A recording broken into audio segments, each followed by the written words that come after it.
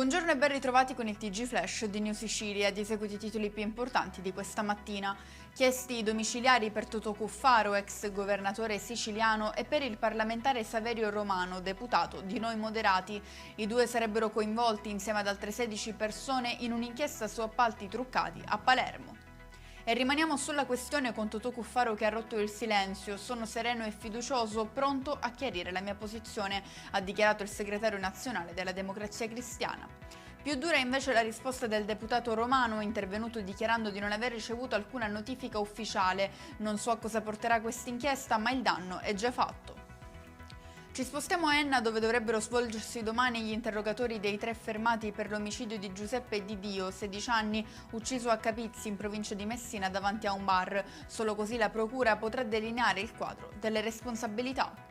Rimaniamo in provincia di Enna, ma questa volta a Pietraperzia. Ieri sera un uomo incappucciato ha tentato di dare fuoco alla struttura per minorenni stranieri non accompagnati gestita dall'associazione Don Bosco 2000. Solo il pronto intervento dei giovani ospiti ha evitato che l'atto intimidatorio si trasformasse in tragedia. E con questo è tutto, prossimo appuntamento stasera alle 19:30. Grazie per averci seguito, buon proseguimento di giornata.